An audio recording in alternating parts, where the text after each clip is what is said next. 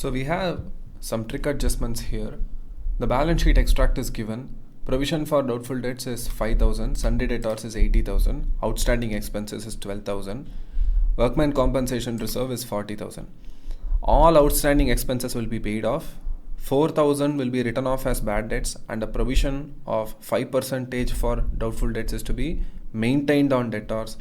Liability towards workman compensation was estimated at 45,000. So let us create a requirement for this question, that how do these three adjustments will be treated in revaluation account, capital account and balance sheet. Now let me first discuss about this outstanding expenses of 4,000 will be paid off. The outstanding expenses of 4,000 will be paid off. The simple journal entry will be outstanding expenses account debit to cash or bank account 12,000. So this is the simple journal entry, and they have not given any at what value this outstanding expenses will be paid off. They haven't given any settlement value, so we have to assume that it is paid off exactly at 12,000 rupees itself. So no gain, no loss, so nothing to write in revaluation account. Now so in balance sheet, what you have to do, in balance sheet there is no liability. This outstanding expenses of 12,000 will not come in the new balance sheet, and also whatever the bank amount that is given in the old balance sheet, if it is given in the old balance sheet, when you write the new balance sheet, you have to subtract this 12,000 from that original value and write the reduced value. So that is with respect to adjustment number 1. Now let us go to deal how this workman compensation will be treated. You can see the workman reserve amount is how much? 40,000, but workman claim amount is 45,000. Therefore, how much extra claim we have? We have an extra claim of 5,000. This extra claim of 5,000 will be treated as what? This will be treated as revaluation loss. So let us see how the journal entry will be written. Workman reserve account will be debited to the full extent of its book value 40,000, and revaluation account will be debited, and workman compensation claim account, a liability account, will be credited to the extent of again the liability value, whatever is the given value. So the balancing figure of 5,000 will be the loss. This will be debited to revaluation account, and in balance sheet you will write this 45,000 in balance sheet liability side. This will be in revaluation debit, and this 40,000 will disappear from your books. It will neither come in your closing balance sheet nor it will be transferred to your capital account, partners capital account.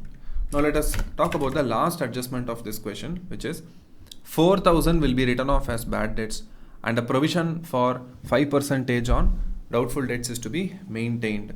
Now what I'll do, whenever you see an adjustment like this, you write the debtors value and the old provision amount side by side.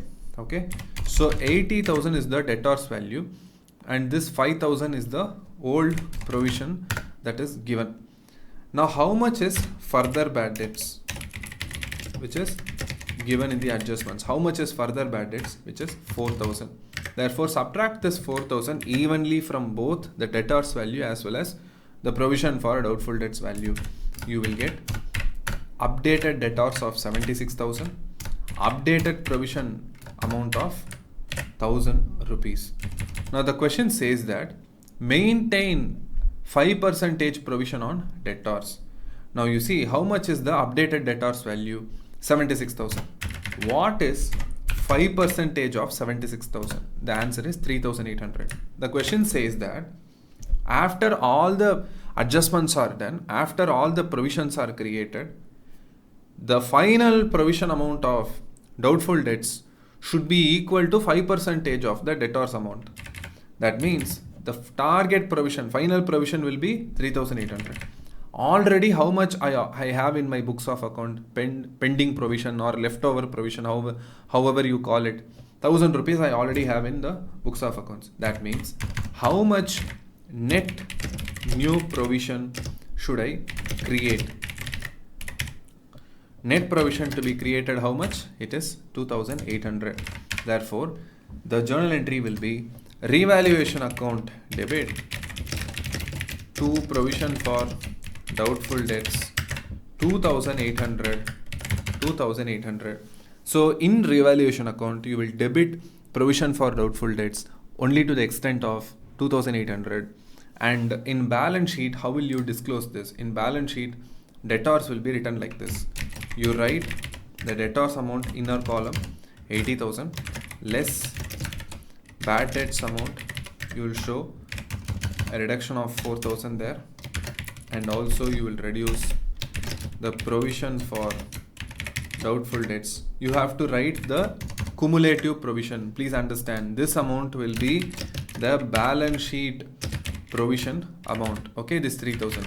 This is only for revaluation provision. Therefore, overall, you will write on the outer column of debtors 72,200. There is another way also you can report this debtor, this provision for doubtful debts, like how they have given here provision for bad debts on the liability side. You can also write this provision on the liability side, but I personally recommend to show it as a deduction from debtors. That way the balance sheet will look much better and much organized. So I hope you understood the adjustments, how they should be treated in the final accounts. I hope it is of use to you. I will see you in the next one. Thank you.